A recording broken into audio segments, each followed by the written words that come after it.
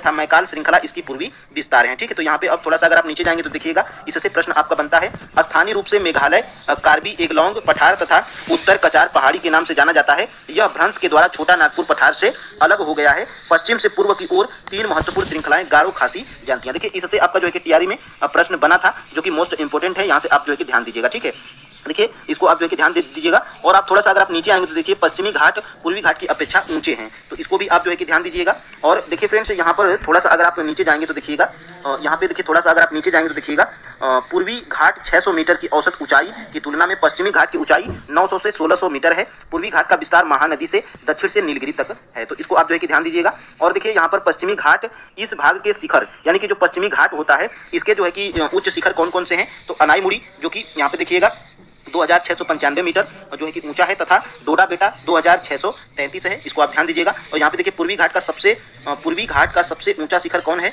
तो महेंद्रगिरी जिसकी ऊंचाई 1500 मीटर है। पूर्वी घाट के दक्षिण पश्चिम में सेवराय तथा जावेड़ी की पहाड़ियां स्थित हैं। तो देखिएगा इस प्रश्न को जो है कि आप इस फैक्ट को आप जो है कि याद रखिएगा, आपको जो है कि काम आएगा, यहीं से प्रश्न जो है कि आपका बनता है। और यहाँ पे देखिएगा प्रायद्वीपीय पठार की एक विशेषता यह पाई जाने वाली काली मृदा है, यानी कि काली मृदा है प्रायद्वीपीय पठार की एक यह मुख्य विशेषता है, जिसे दक्कन ट्रैप के नाम से जाना जाता है। ठीक है, इसकी उत्पत्ति ज्वालामुखी से हुई है, इसलिए इसे शैल अग्नेय कहते हैं। किसको? प्रायद्वीपीय पठार को, जो है कि वास्तव में इन शैलों के समय अपवर्तन हुआ जिनसे काली मृदा का निर्माण होता है। ठीक है, तो यहाँ पे ये प्रश्न आप जो है कि यहाँ से बन सकता है। और यहाँ पे देखिएगा अरावली की पहाड़ियां प्रायद्वीपीय पठार के पश्चिम एवं उत्तर पश्चिम किनारे पर स्थित है, यानी कि अरावली की पहाड़ियां प्रायद्वीपीय पठार के पश्चिम एवं उत्तर पश्चिम किनारे पर स्थित है। ठीक है, यहाँ पे देखिएगा गुजरात से लेकर दिल्ली तक दक्षिण पश्चिम एवं उत्तर पूर्व दिशा में फैला है, यानी कि कौन फैला है, तो प्रायद्वीपीय पठार। ठीक है, और यहाँ पे देखिएगा यहाँ पे अब हम लोग मरुस्थली जो है कि भारतीय मरुस्थली के बारे में पढ़ेंगे। तो यहाँ पर देखिएगा भारतीय मरुस्थल इस क्षेत्र की सबसे बड़ी नदी कौन सी है, लूनी नदी है, जो कि यहाँ पर आपको दिया गया है।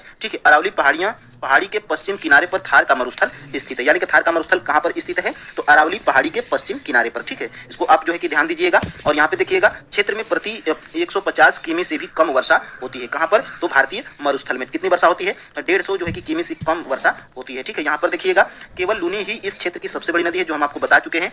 और जो है कि आप जो है कि यहाँ पे देखिए हम आपके लिए कुछ फैक्ट जो है कि आपको यहाँ पे कुछ लिखे हैं। देखिए अनाईमुड़ी जो है कि कहाँ पर है, तो अनाईमुड़ी आपके जो है कि केरल राज्य में है। ठीक है, डोडा बेटा कहाँ पर है, तमिलनाडु में है। और महेंद्रगिरी कहाँ पर है, तो ओडिशा में है। ठीक है, और देखिए अनाईमुड़ी और डोडा